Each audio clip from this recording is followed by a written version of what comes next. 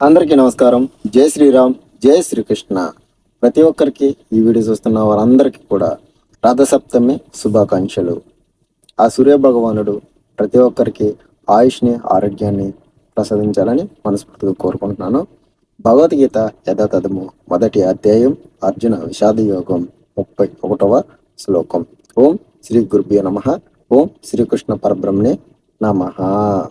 నస శ్రేయోను పశ్యామి హత్వ స్వజన మహవే నకాంక్షే విజయం కృష్ణ నచ రాజ్యం సుఖాని చ. తాత్పర్యం: కృష్ణ, ఈ యుద్ధంలో స్వజనమును సంపడం ద్వారా ఏ విధంగా శ్రేయస్సు కలుగుతుందో నేను గంచలేకపోతున్నాను. తదనంతర విజయమును గాని, రాజ్యమును గాని, సుఖమును గాని నేను కోరను. భాష్యం: తన నిజలాభము విష్ణువులోనే లేదా కృష్ణునిలోనే ఉన్నదని ఎరుగక బద్ధజీవులు దేహ సంబంధాల పట్ల ఆకర్షితులై అట్టి స్థితులలో సుఖభాగులవుతామని ఆశపడతారు.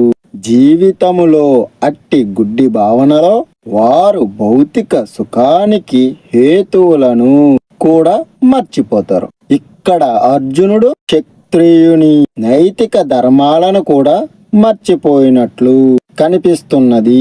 శ్రీకృష్ణుని ప్రత్యక్ష దేశంలో యుద్ధరంగంలో మరణించే క్షత్రియుడు పూర్తిగా ఆధ్యాత్మిక సాధనకే అంకితమైన సన్యాసి అనే 2 రకాల వ్యక్తులు ఎంతో శక్తివంతము, దేదోప్యమానము అయినట్టి సూర్య మండలములో ప్రవేశించడానికి యోగ్యులవుతారని చెప్పబడింది.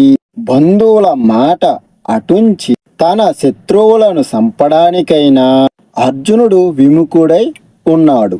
తన వారిని చంపడం ద్వారా జీవితంలో సుఖం కలగదని అతడు తలిచాడు. అందుకే ఆకలి లేనివాడు వంట చేయడానికి ఇష్టపడనట్లుగా అతడు యుద్ధం చేయడానికి ఇష్టపడలేదు. అతడు ఇప్పుడు అడవికి వెళ్ళి వ్యర్థంగా ఒంటరి జీవితాన్ని గడపడానికే నిశ్చయించుకున్నాడు. కాని క్షత్రియునిగా అతనికి జీవనార్థము, ఎందుకంటే ఒక రాజ్యము అవసరము.